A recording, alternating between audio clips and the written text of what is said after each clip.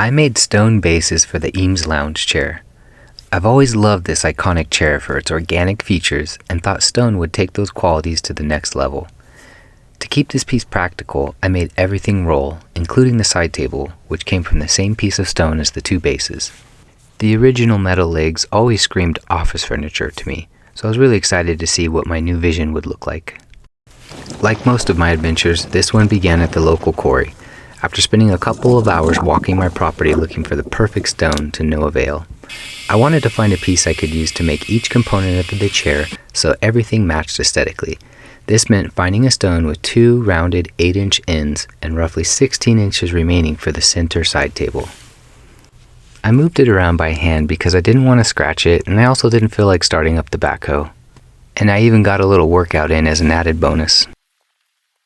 I took the measurements from the base of the chair as a reference, but I added a couple of inches to give the stone base a little more prominence.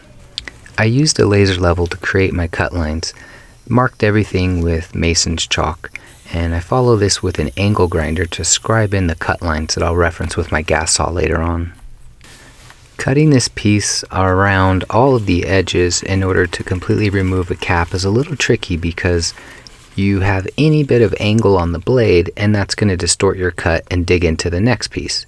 So when you're trying to preserve all the components, you have to be really careful operating this, so I was really mindful about where I had my blade positioned in order to keep everything very straight. Here you can see I'm using what's called a ring saw. This allows you to plunge in much deeper than a standard demo saw blade. It also tends to cut a little wild, so it's nice to cut it first with the solid disc blade and then come through and use that as a guide to place this deeper plunge cut in. Another way you could remove these caps is feather and wedge, but that results in a lot of grinding at the end and wasted material. So this machine is called a universal grinder, and it's running a 7-inch segmented disc that's very aggressive. This is fed by a 1/2-inch air line that's using 2 air compressors that are running continuously while this is in operation. This is more chipping off chunks of stone rather than grinding dust, so it's very aggressive and leaves a rough finish, but it's a great way to remove a lot of material at once. It's a heavy air use machine, but it really takes a lot of material off quickly. It's the best way to do it. So now that I've established level on my stone bases, it's time to create some pockets for the wheel casters. I'm marking my core drills with a precise measurement here so that I end up with the correct reveal on the caster so that it's not too shallow but not too tall and you don't see too much of the space between the stone and the floor. I find level on the base of the stone and shim everything up and clamp it down with this fixture table. That keeps everything in place while I drill, and I can control a nice accurate hole. I used 3 different diameter of diamond core drill bits, placed everything at the same depth, and that allowed me to later go through and clear out all the debris to clear out the pocket. When you're drilling through a material as dense as granite, there's a glaze that builds up over the surface of the diamond tips. That glaze needs to be removed, and here you see me removing that. It's a constant process you're doing as you're drilling through stone, and it definitely adds a lot to the entire project. I use a bell hammer and a nice revet carbide chisel to remove all of the excess material inside of the pockets, and that clears up most of it, and later you go in with a grinder to get the bottom nice and flat. You'll see me use a lot of pneumatic tools, and there's a couple reasons. The main one is safety, but aside from that, your tools last so much longer. The dust really kills the electric motors, and the pneumatic tools just go forever. Now I'm drilling some small holes for the anchors to install the casters, and surprisingly that's one of the most frustrating slow portions of this project. Now for each base I need 4 casters. Each caster has 4 anchor holes, so that's 16 holes per base. One of the funny things with all of the cuts and drilling I do with stone is I find that the smallest holes take the longest time. It's really counterintuitive, but it's just one of those things. So the first base you saw me do was for the ottoman. Now this larger piece is for the actual lounge chair. And here I'm finding the balance of stability to place these casters out as wide as I can without puncturing through the natural contour of that stone.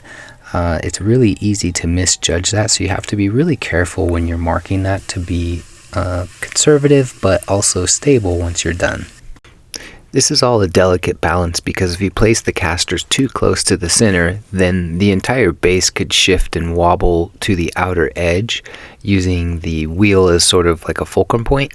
So you want to find that sweet spot of out as far as you possibly can without puncturing through that slope, and it's a little tricky to get used to those parameters. I'm really happy with the location of all of these pocket holes. They were far as they possibly could from one another and as close to the edge as they could be without getting too close to that outside back edge and popping through. There's 16 more holes, 4 more casters, and with that completed, it's time to move on to the side table.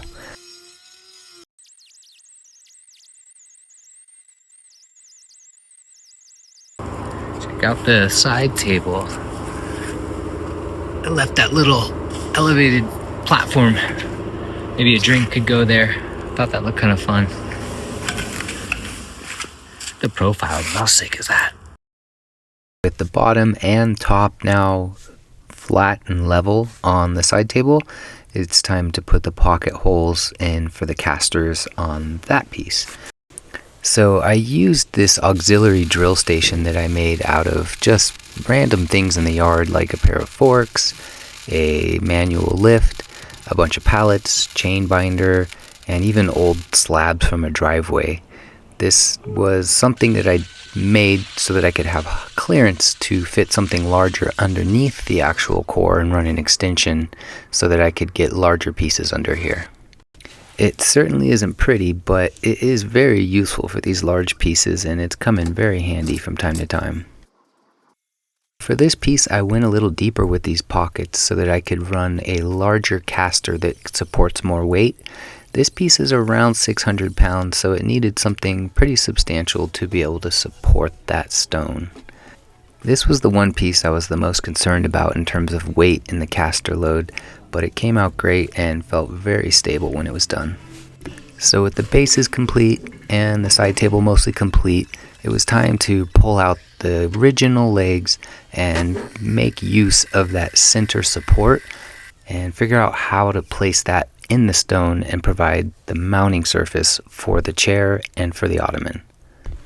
Basically, I just whacked everything off, ground all of the edges off, and left a little nice piece of stainless trim so that I could cover the hole of the stone that these now go into. Now, the Eames lounge chair is not a cheap piece of furniture, so this part was a little bit harrowing and took a little bit of confidence to make these cuts, but I got everything off and pretty happy with the amount of trim ring that was left to work with. I was happy to see that it's solid stainless, so it took a nice grind and was able to get that nice and round and add a little bit of polish to it on the edges. I got the right size diameter core drill here and am beginning to place the holes for these bases.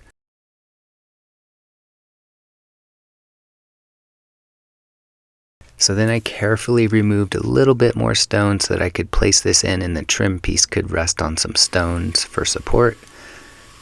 Then my favorite part, pressure washing and a little bit of scrubbing to get any of the caliche or calcium buildup off of the stone.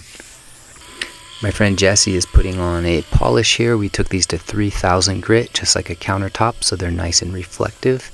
And this was a total crunch getting ready for the Palm Springs Modernism Expo. We had the show the next day, but we got them done just in the nick of time.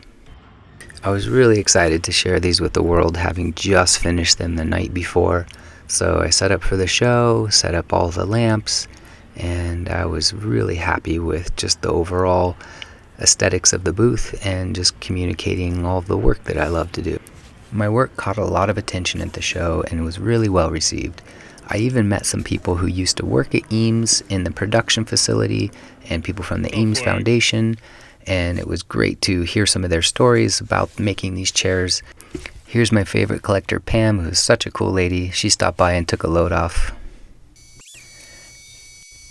So with the show wrapped up, it was time to take the piece to its final location, which is the Malow house, our Airbnb property located in Morongo Valley. This was the original plan. I have a lot of my stonework here, and it's kind of working as a gallery for all of my stonework, and it's just wonderful to keep adding to it. Over the past 5 years, I've added quite a few stone features to this property, and it's great to have them all in one place to share them with guests that book. A lot of people who booked actually found the property through the Stone Tub video on YouTube.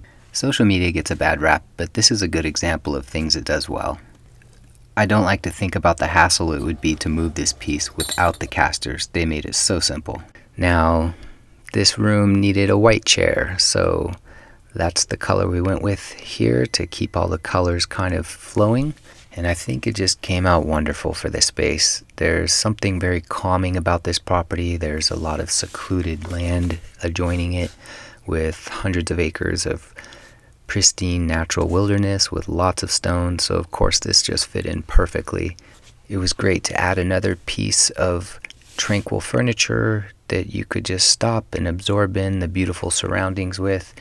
And this is just a great little spot to sit here, maybe read a book, have a coffee, use the side table. Really happy with the entire piece and how it came out. Thank you so much for watching. I hope that you find this work inspirational, and I look forward to the next one.